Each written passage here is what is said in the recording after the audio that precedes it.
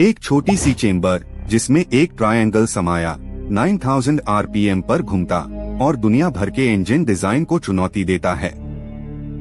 दोस्तों, rotary engine की कहानी एक मैकेनिकल शब्द नहीं बल्कि एक विचार है कि ताकती कैसे संकुचित और शांत दोनों हो सकती है।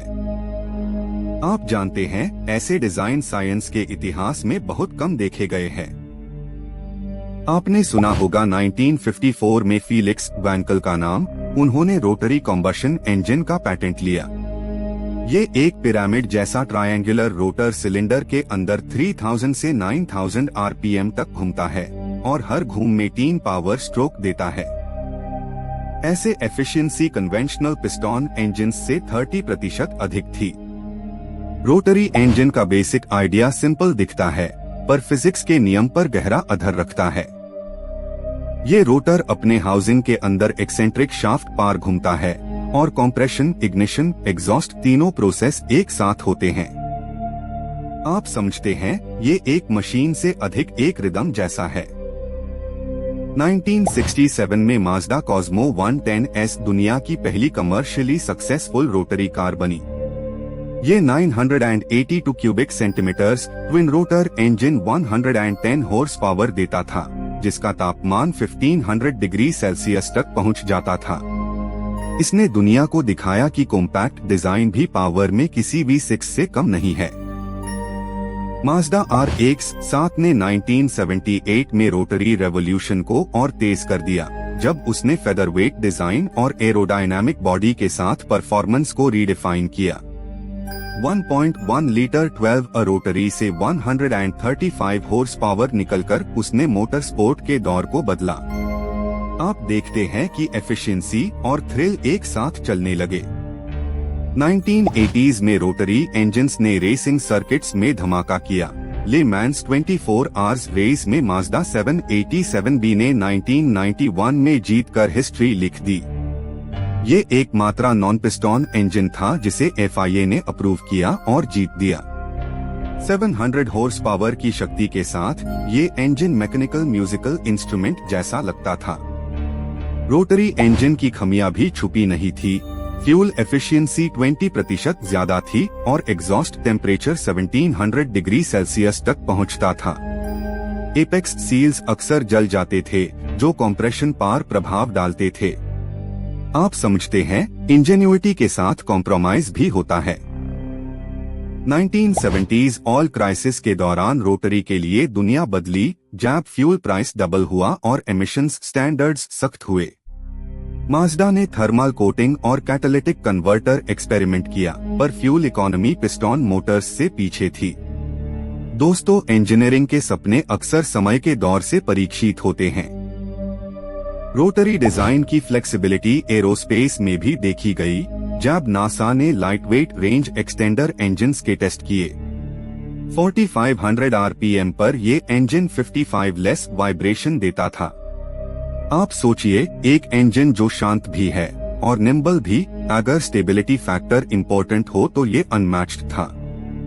माज़दा ने 2003 में RX-8 के साथ रोटरी को फिर से जिंदा किया। रेनेसिस इंजन ने साइड एग्जॉस्ट पोर्ट्स यूज किए, जिसे हीट लॉस 10 घटा और एमिशन 40 कम हुए। ये 238 हॉर्स पावर तक डिलीवर करता था बिना टर्बो के। टेक्नोलॉजी ने एक पुराना ड्रीम फिर से जागा दिया।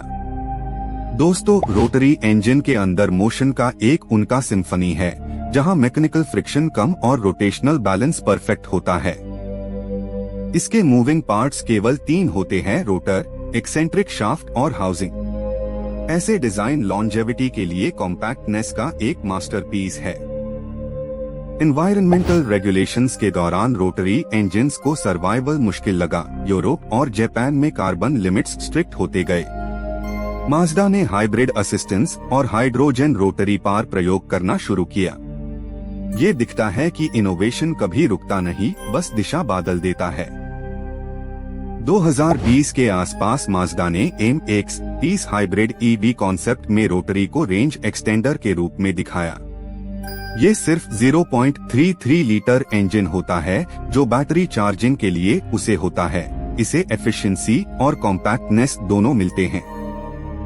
एक पुरानी टेक्नोलॉजी नई दुनिया में जन्म ले रही है।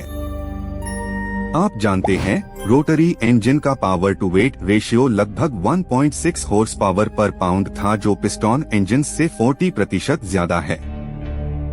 ये फैक्टर एविएशन और ड्रोन्स के लिए परफेक्ट बना। जब हर ग्राम मैटर करता है, रोटरी अपना मैजिक दिखता है। इंजन वाइब्रेशन के बिना लिनियर टॉर्क सप्लाई करना रोटरी डिजाइन की सबसे बड़ी खासियत थी। एक्सेंट्रिक शाफ्ट के बैलेंस्ड ज्योमेट्री से ये 9000 आरपीएम तक स्मूथली घूम सकता था। ये सस्टेन्ड मोशन मशीन के सोल को डिफाइन करता है। पिस्टन और रोटरी के फर्क को समझना एसेंशियल है। पिस्टन लिनियर मोशन से पावर देता है, जबकि रोटरी एक कंटिन्यूअस ऑर्बिट पार चलता है। फ्रिक्शन लॉसेस 25% कम होते हैं। इसलिए इंजीनियर्स रोटरी को थर्मल एफिशिएंसी के नए तरीके जाने के लिए प्रयोग करते हैं। रोटरी इंजन्स ने मोटरसाइकिल्स और कार्टिंग में भी अपना असर छोड़ा। जब 70s में नॉर्टन ने वैंकल रोटरी के साथ 1000 क्यूबिक सेंटीमीटर्स सुपर बाइक दिखाई।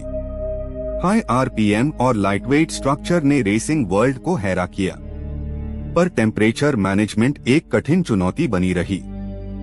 आज के एआई और कंप्यूटेशनल फ्लूइड डायनामिक्स के युग में रोटरी के एयरफ्लो और सीलिंग पार नए डिजाइन सिमुलेट किए जा रहे हैं। मेटल एक्सपांशन और ऑयल फिल्म स्टेबिलिटी के एक्यूरेट मॉडल्स बनाए जाते हैं। आप देखते हैं, साइंस हर पुराने आइडिया को एक नए रूप में लाता है। फ्यूचर में hydrogen rotary engine zero emission mobility के लिए एक प्रॉमिसिंग डायरेक्शन है, जहां क्लीन बर्न और लो वाइब्रेशन दोनों संभव है। माज़दा और यामाहा दोनों एक्सपेरिमेंट्स कर रहे हैं। अब रोटरी इंजन सस्टेनेबल दुनिया के कोर का हिस्सा बन सकता है। दोस्तों, रोटरी इंजन की कहानी यूं बताती है कि इंजीनियरिंग के सपने कभी मरते नहीं, सिर्फ इवॉल्व होते हैं। इसका एवोल्यूशन मैकेनिकल से स्पिरिचुअल जर्नी जैसा है, जहां मोशन और इमेजिनेशन एक सिम्फनी बनाते हैं।